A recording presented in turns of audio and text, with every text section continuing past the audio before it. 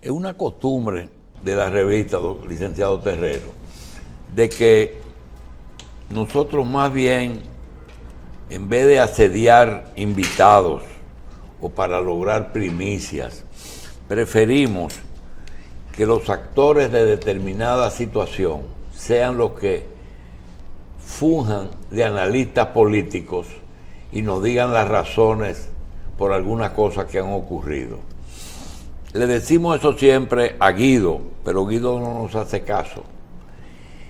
Hay un personaje que a nosotros me llama mucho la atención, y es un personaje que siempre ha sido miembro del Partido Revolucionario Dominicano. Ganó 3 veces consecutivas la alcaldía de un municipio que tiene una importancia mayor que su propio tamaño, no sabemos por qué, que es Los Alcarrizos. Fue dirigente del PRD antes y durante y después de la división PRD-PRM, y hasta ahora mantuvo esa militancia, en que hizo un anuncio reciente que no estamos claros. Nosotros tenemos a Junior Santos, que es ex secretario general del PRD. Junior Santos fue alcalde en el 8, en el 6, en ese periodo que fue de 14 años. Luego fue en el 12, en el 16 y perdió en el 20. Él dice que no, porque todos los que pierden dicen que no. Pero perdió porque el alcalde es otro. Nosotros quisiéramos obtener algunos datos de Junior y que cambie un poquito su posición y se convierta en medio analista de una situación que confesamos que no la he entendido. Junior, gracias por estar aquí. Gracias. Los Alcarrizos, ¿cuántos habitantes ha tenido desde el 6 hasta el 20? Bueno, saludos. Fue aumentando la población. ¿Sabes que el origen de Los Alcarrizos? Estoy hablando de habitantes, no hablo de votantes. Sí, mira. El flujo de crecimiento en Los Alcarrizos no se ha detenido desde su fundación. Los Alcarrizos se fundan en 1606. ¿En 1606. Ya. Como una comunidad. 200 años después de descubierta. Correcto. Incluso en 1824 los Alcarrizos proclaman la primera independencia efímera contra el gobierno haitiano. Porque los Alcarrizos... Y ahí vivió hasta un presidente. Sí, Borda Valdés. Y en esas conspiraciones es por la ubicación. Por ejemplo, Santiago es la ciudad corazón, pero del Cibao. Pero si usted mira el mapa nacional, Los Alcarrizos es como el punto medio de la interconexión nacional. Cuando se caminaba en burro y en carreta, era más fácil juntarse lo del Cibao, lo del este y lo del sur, en Los Alcarrizos, en lo que hoy es Pantoja y donde está la principal estación del metro. Cuando se diseña... Pero todavía hay algo de eso, en donde se hace la circunvalación, divide un poquito, está cerca de Los Alcarrizos. No terminen Los Alcarrizos, Sí. lo voy a explicar. Al igual que en lo que tiene que ver en 1910, el presidente de la época tuvo que ir a la entrada de Los Alcarrizos del primer Picasso para construir la autopista Duarte, la vieja autopista Duarte. Y en lo que es el gran diseño de la movilidad terrestre de la República Dominicana, Los Alcarrizos se convierte en el centro. Por eso nosotros siempre como alcalde defendimos, y fue mucha, digamos, la presión positiva que recibimos de propietarios de terreno, donde hoy está el teleférico, donde está la estación del metro. ¿Por qué? Porque desde Los Alcarrizos irá el tren de carga y pasajeros hacia Jaina. Irá desde Los Alcarrizos hacia el aeropuerto Ligüero y del aeropuerto Ligüero irá hacia el Cibao. Pero ya usted se va a poder montar en el teleférico de Los Alcarrizos, en la zona franca de Los Alcarrizos, y va a terminar en el aeropuerto de las Américas. Y si se queda en la entrada de Los Alcarrizos, va a poder coger en algún momento hacia el norte y hacia el sur. Hoy te voy a interrumpir. ¿Qué pasó en uno de los años de gobierno de Balaguer? Que hubo un flujo de desalojados de la capital y que lo alojaron y que eso cambió bastante, claro, ese municipio. ¿Qué pasó ahí? Bueno, pasó lo siguiente. El origen está que con la dictadura se apropió prácticamente de toda esa tierra, porque eso eran tierras agrícolas y bien ubicadas. Del CEA. La mayoría de los terrenos del CEA y AD y bienes nacionales. Con la muerte de Trujillo empieza la inmigración campo-ciudad. ¿Y dónde llega primero? Por eso Los Alcarrizos tiene gente del norte, del sur y del este. Los Alcarrizos es como una muestra de cómo anda el país, se puede tomar en Los Alcarrizos. No, pero yo no digo ahí, entonces, yo digo después, cuando empezaron a desalojar gente aquí con la obra de Balaguer. Con la entrada de Balaguer empieza lo que es el reordenamiento y la definición de lo que hoy es el Distrito Nacional. Cuando se hace la 27 de febrero, se desalojan gente y el modelo de antes era lo montamos en un camión y lo tiramos en un cañaveral allá. Por eso Los Alcarrizos no tiene, digamos, un ordenamiento territorial per se. Al igual que cuando se hace la Núñez de Cáceres, y las últimas fueron las villas, Villa Juana, Villa Consuelo, ese proceso de reordenamiento de Macorís. Del quinto centenario, Macorís lo tiran allá. Y el ciclón San Zenón. ¿Y en dónde lo alojaban? Bueno, ahí viene. Terreno baldío, la mayoría de los casos. Le daban solares, le daban un par de pesos y lo tiraban ahí. Entonces, desde San Zenón hay barrancones en Los Alcarrizos, zona de barrancones, lo que canta la rana. Y cuando el ciclón David, en el 79, se da entonces una construcción masiva de barrancones para todo lo que fueron los damnificados del ciclón David, se llevaron a Los Alcarrizos supuestamente por 3 meses. Y todavía hay 250 familias. Ya hay nietos. Esa es la vergüenza de todos los gobiernos, y que yo espero que este gobierno nos complazca con un plan que nosotros diseñamos cuando éramos alcaldes, de construir unos apartamentos a las familias que quedaban, pero entregarlo en plano, como vende el sector privado. Porque en Los Alcarrizos se han hecho muchos proyectos habitacionales donde se argumentaba que era para los damnificados del ciclón David, pero de todos los partidos hay situaciones. Aparecían entonces que se le entregaban a 10 damnificados y 90 apartamentos o casas lo tomaban los dirigentes políticos de la época. Y en 20 años de gestión usted no pudo resolver eso. No, porque el ayuntamiento no tiene cómo.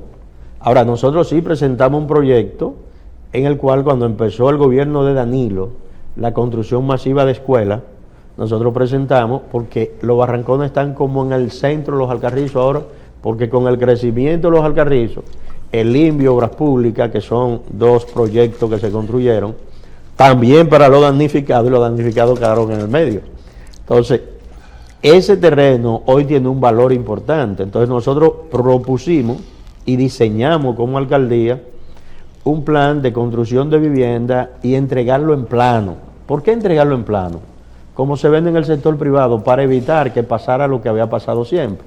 Y eso no se logró hacer, que era que en el plano se le pusiera en el nombre, en la maqueta, por ejemplo, Doña María, fulana de tal, y que se le entregara un documento. Y que cuando se construyeran los apartamentos, ya Doña María sabía cuál era el de ella. No había que hacer una repartición después que estén hechos. Claro. Y que el terreno restante se construyera un politécnico que no existe en esa zona.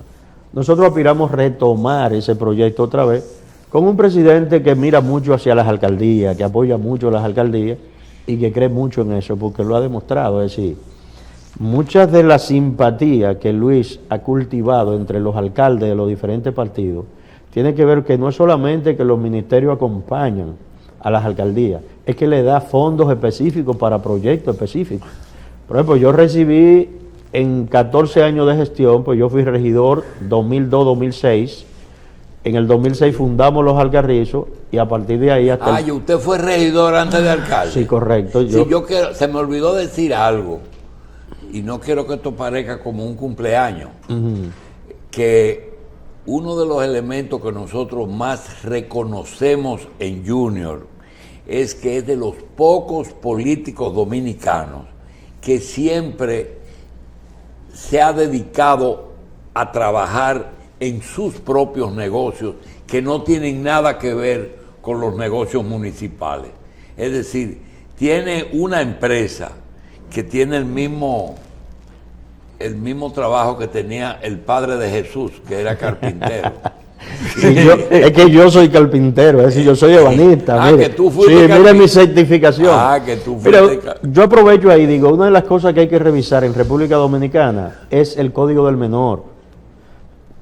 Mi mamá lo que hacía era que lavaba y planchaba. Yo vendía pan. Que trabajar desde chiquito. Sí, yo vendía pan y limpiaba zapatos. Y a los 8 años mi mamá me dejaba en un taller. Y yo me crié ahí atendido como si fuera una especie de maternal.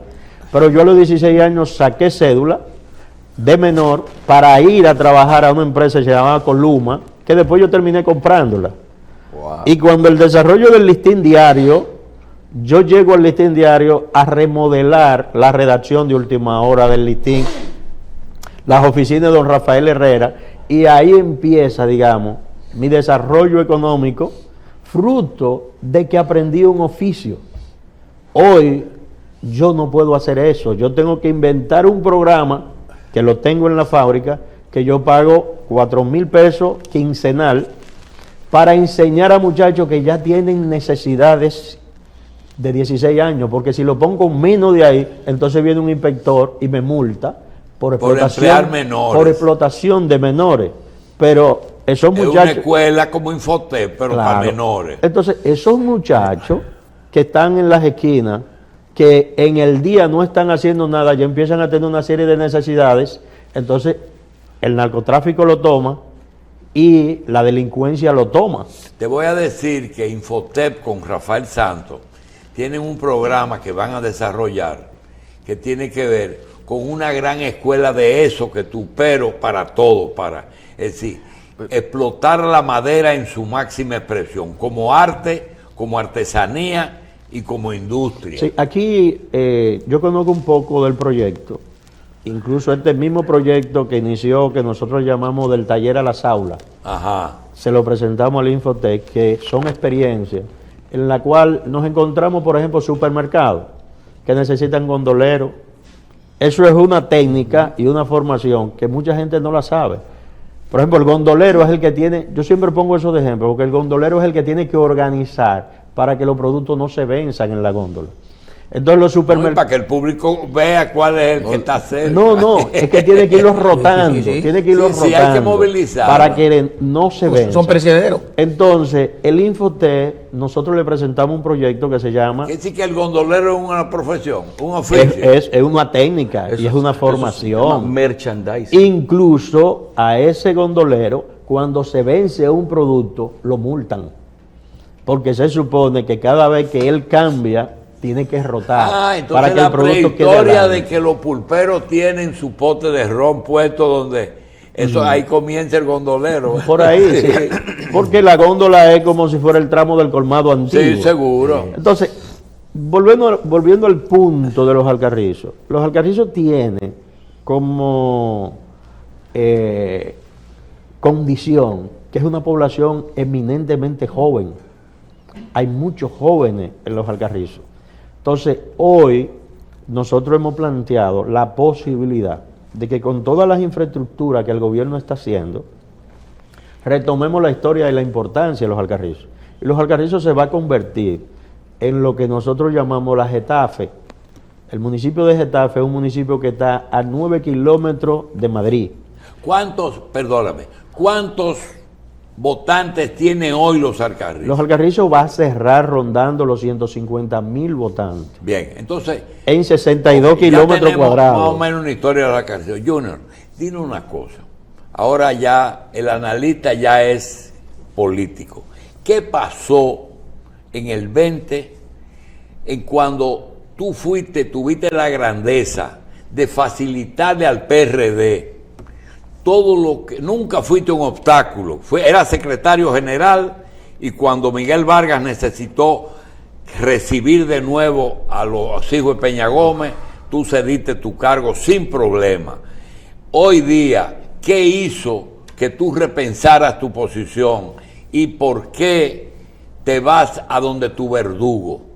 Mira, quizá, o sin quizá, el elemento es que el PRD y el pensamiento y la formación peñagomista es como una corriente de pensamiento, que lo que ha faltado en República Dominicana es que eso se sintetice y se convierta en una escuela de buen gobierno y de buena formación política. Yo tenía mucha esperanza de que en el PRD en algún momento Miguel Vargas, que tenía todas las condiciones para hacerlo, pudiera contribuir a un relevo generacional. No tenía que ser yo, podía ser otro. Hasta Alberto, su hijo, podía ser, si él se lo proponía. Y cuando las cosas se fueron complicando, siempre nosotros nos quedamos en el PRD. Todos los días. Ahora, ¿qué pasó? Pasó lo siguiente. Se hizo una convención, nosotros ganamos la Secretaría General, vimos que había una posibilidad de unificación, teóricamente, aquella vez con Tony. Me acuerdo que Tony y yo nos juntamos en una ferretería, valga el anuncio, en 360, en la americana, cuando existía. Sí. Y yo le digo, Tony, pero tú puedes volver al PRD. Y me dijo, bueno, ¿a qué voy yo a volver? Digo, no, pero si tú quieres ser secretario general, yo no tengo problema. Y eso después parece ser que él, conversando con Miguel cuando estaba en su situación con el PRM, lo planteó y el ingeniero me planteó la posibilidad. Yo le dije, no hay problema, porque siempre yo dije que yo iba a ser parte de la solución, no del conflicto. Por eso hoy mi relación con Hipólito Mejía, con Luis Abinader y con otros dirigentes importantes, de lo que se quedaron y de lo que están. Sí, porque era un pedazo del PRD. ¿Verdad? Ha sido buena, nunca he sido un elemento de conflicto. Ahora bien, el 2 de junio se cumplió el plazo ya de elegir las nuevas autoridades del partido. En una conversación con el ingeniero, yo entendí que él iba a promover consolidarse él como líder de un relevo generacional. Peña, cuando la cosa se le ponían que él aspiraba a presidente de la República, él promovía a otro presidente, es que ya llegó a ser presidente, doña Ibelice y otros. Pero resulta que de repente el ingeniero dice que él va a ser candidato presidencial y que va a ser presidente del partido. No hay problema, seguimos. Y llegó un momento en el que en una conversación, él y yo, en una reunión, él me comenta en voz baja, y yo lo voy a decir porque esa es la génesis. Me dice, tú vas a ser candidato a alcalde de los Alcarrizos otra vez. Yo no estaba aspirando a la alcaldía. Yo estaba promoviendo a un muchacho, hijo de un diputado, se llama Pablo Adón, o se llamaba Pablo Adón, Aldo Adón, y me dice, y tú vas a ser secretario general otra vez. Digo, ¿cómo así, ingeniero? Me dice, yo anoche me reuní con Leonel Fernández. Digo, ¿pero cómo que se reunió?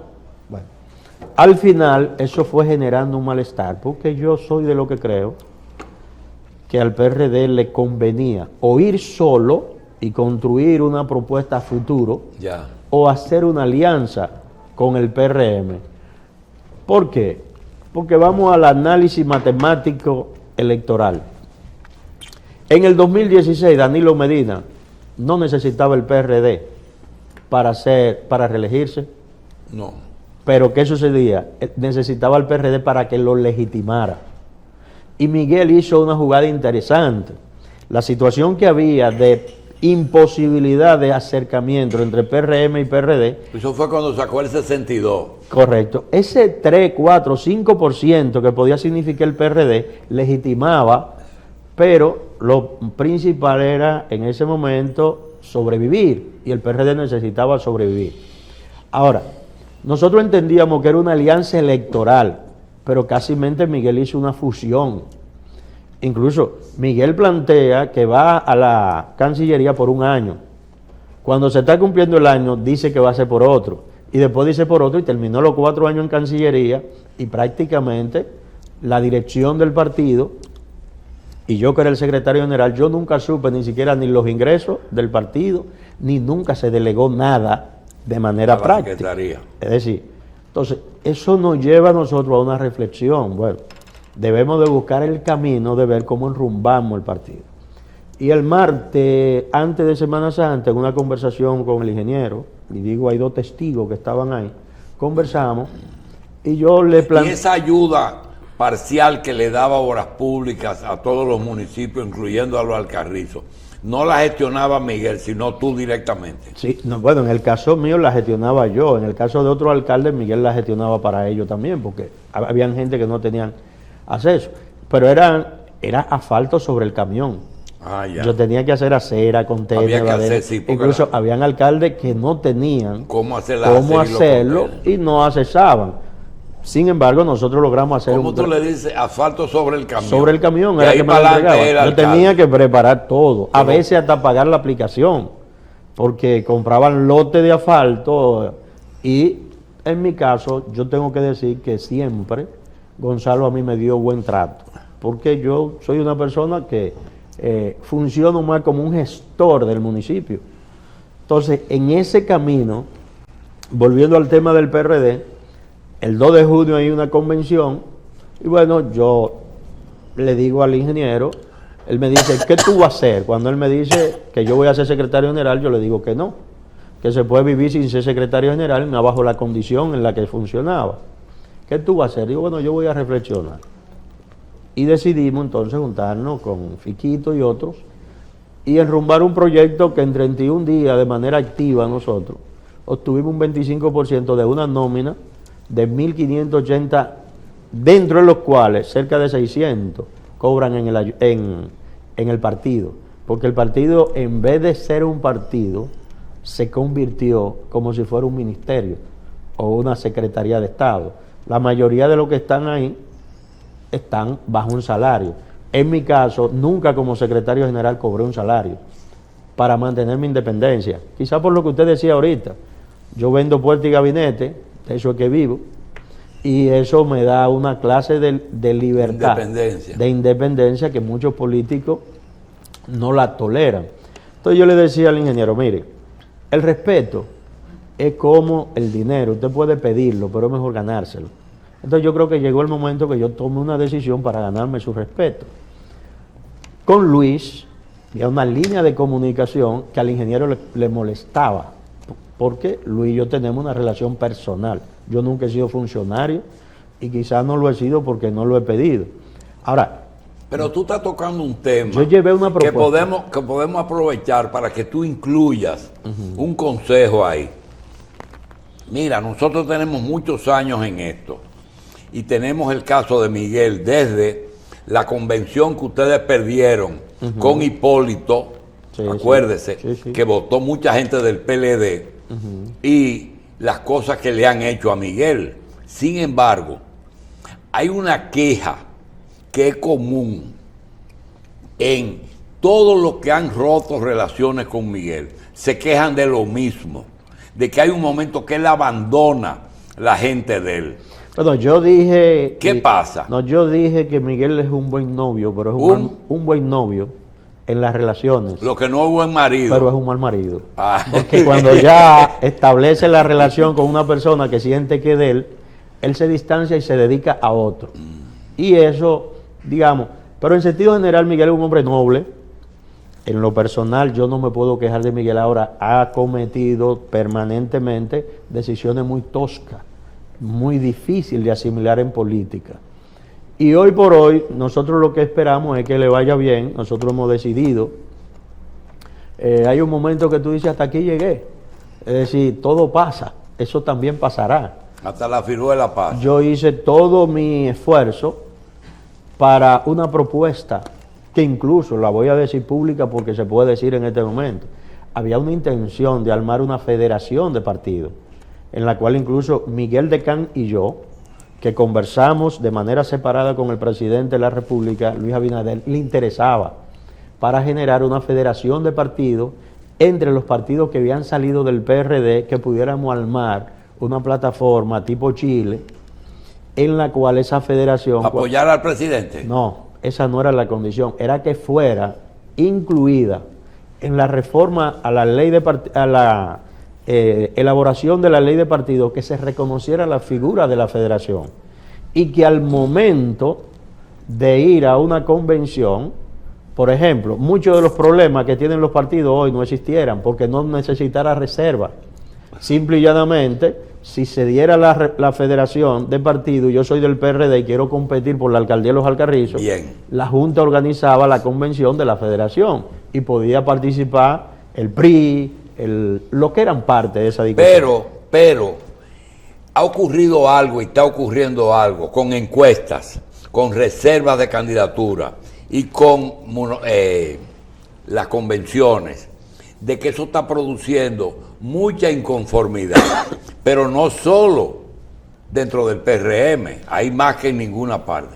Tú estimas, te voy a dejar que nos analice eso, que eso va a hacer que vaya más gente al gobierno, al PRM, o que mucha gente del PRM se vaya para tu antiguo partido y al grupo anterior. Mire, yo creo que estos procesos... Esto que pasó, por ejemplo, en Romana, y lo que todo el mundo estamos sí, pero esperando... hay un dato en lo que Romana. es Romana, pero que estamos esperando ahí en Santo Domingo Este, con esos números. Y oeste. Porque es que hay algo que tú lo conoces, pero nosotros no lo hemos vivido. ¿Qué es esto? Si tú eres el senador del gobierno y tú comienzas a hacer gestiones de que el gobierno te haga cosas en tu demarcación y el gobierno no te cumple, y después viene una encuesta en que no encuestan al gobierno sino al senador, y el senador da con mala nota. Mire, entonces quitan al senador. Mira, yo creo que hay un poco de todo, empezando por el senador de la Romana. No es verdad que él era del PRD. Él nunca fue del PRD, él era de la Fuerza Nacional Progresista.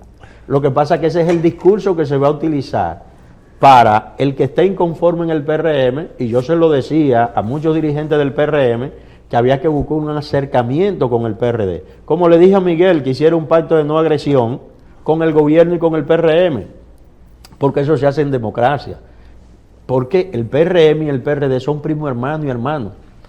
Pero cuando alguien entendía que estaba incómodo en el PRD, se iba al PRM, y el del PRM ahora está viendo la posibilidad de justificar.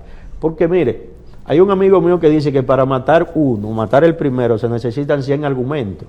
Pero después que usted mata el primero, con un argumento mata 100. Entonces, en política los argumentos pesan. Ahora bien, yo soy de lo que creo que el tema de la reserva en los partidos políticos tiene que ver mucho con dos cosas, desde mi punto de vista. Una, la debilidad institucional de los partidos.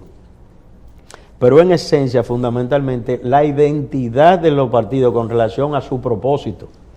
La mayoría de los partidos no logran generar en su militancia, en su dirigente, un propósito común. Entonces entran las individualidades.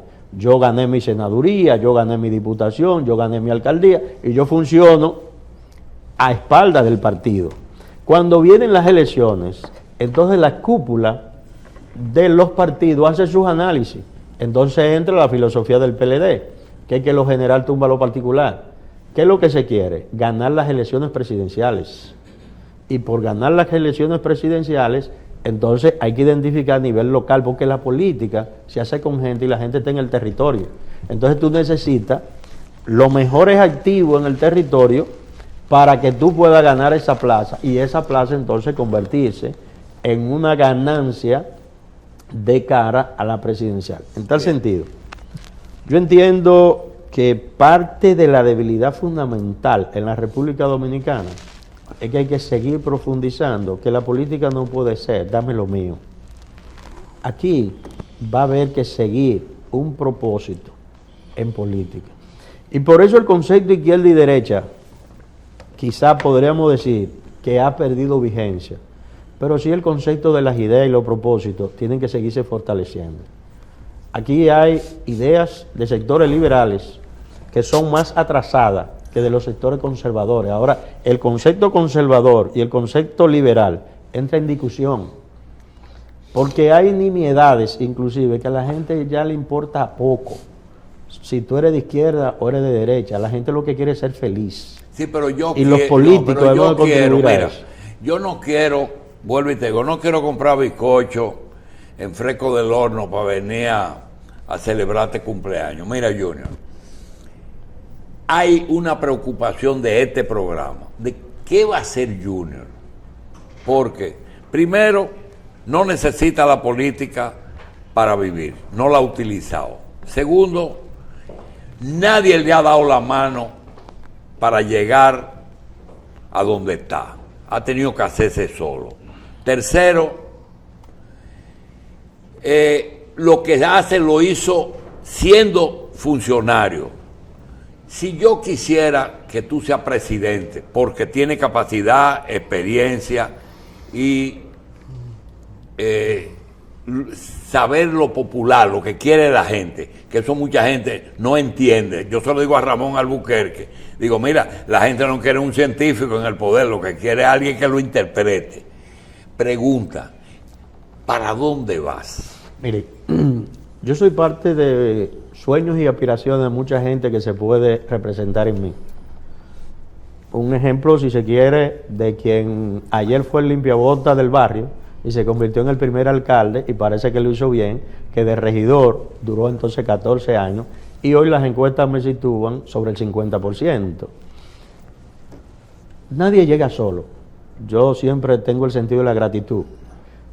Mi mayor habilidad ha sido el lograr, digamos, vincularme a gente en el sector empresarial, en el sector político, que uno, digamos, se gana su afecto, y eso ayuda. Sería ingrato si digo que es solo. Igual que cuando tú tienes una gestión, yo no soy yo, éramos un equipo de jóvenes fundamentalmente que entramos al ayuntamiento y que logramos de la nada empezar a darle fisionomía a ese almacén de gente, a ese gran hotel que es Los Alcarrizos todavía, donde la gente sale en la mañana y regresa en la tarde.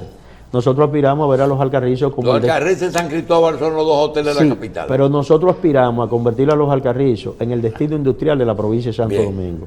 Y hoy tenemos ese proyecto. ¿Hacia dónde va Junior? Yo voy primero a contribuir a que el ciclo histórico generacional aquí cierre.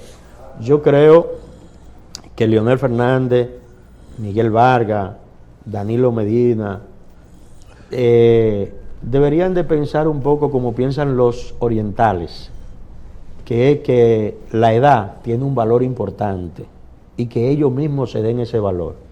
Y la forma de ellos darse ese valor es contribuir a formar una nueva generación e impulsarla. Bueno, te voy a dar las gracias y te voy a sugerir que revises la generación de servidores, porque quizá ese es el lugar, ¿verdad, maestro? Hay que ser pastor, yo creo. Junior, te quiero dar las gracias. Te quiero pedir que te mantengas en contacto con la revista, porque todavía falta mucho por ver. No, eso que tú dijiste está al final, de que invitas a una reflexión a esos líderes que ya no son unos niños, ¿verdad? Correcto. Decíamos hace un rato que el 24 le podría poner fin a varias carreras. Sí, hay gente que se resiste. Que ya no puede. Por ejemplo, aquí yo siento que aquí hay dos personas que son los que más se resisten, que es el propio Miguel Vargas y el propio Leonel Fernández. Y fíjense cómo se juntan. Entonces nosotros como generación tenemos que ver cómo eso no toma fuerza. ¿Tú te diste cuenta que a pesar de la alianza con Danilo, ese acercamiento de Leonel y de Miguel siempre existió? Desde la corbata azul. Porque hay un tema, ¿cómo lo digo? Que yo no quiero que una persona que yo le agradezco se ofenda. Miguel le gusta mucho mirar arriba. Entonces cuando él ve que alguien está un poco más para arriba, él termina como medio inclinándose a esa posición. Leonel Fernández ha sido el verdugo de Miguel Vargas. Es decir, el verdugo de Miguel Vargas y del PRD ha sido Leonel Fernández. Entonces no entiendo, pero parece ser que la pasión, por no decir otra cosa, lo ciega. Bien. Pero mire, Miguel Vargas está armando un muñeco grande, así, con unos partidos que un pacto que dicen que están negociando muchas cosas con respecto a los resultados de las próximas elecciones, de un apoyo mutuo, de Bueno, candidaturas una de mis comunes. preguntas al ingeniero fue que cómo se podía hacer un acuerdo municipal que no tocara el compromiso nacional. Por eso yo le decía, ingeniero, yo no puedo ser candidato a la Fuerza del Pueblo porque en mi formación, en lo que yo creo, entiendo que Leonel Fernández no debe de ser apoyado por el PRD. Y como yo no estaba en disposición de dar, entendía que no debía de recibir. Entiendo. Entonces, en algún momento todas esas cosas se discutirán. Ahora, lo más importante, y esto sí yo quiero que nosotros lo veamos entre todos, desde la sociedad, es que la República Dominicana está entrando en un ciclo en el que necesariamente la política no va a seguir igual. Hoy se habla de una alianza opositora, pero no se dice cuál es el contenido. Y yo siempre he dicho que las alianzas ni son buenas ni son malas. Lo que hay que ver es el propósito de las alianzas. Bien. Muchas gracias. Bien, Gracias gracias. a ti, gracias.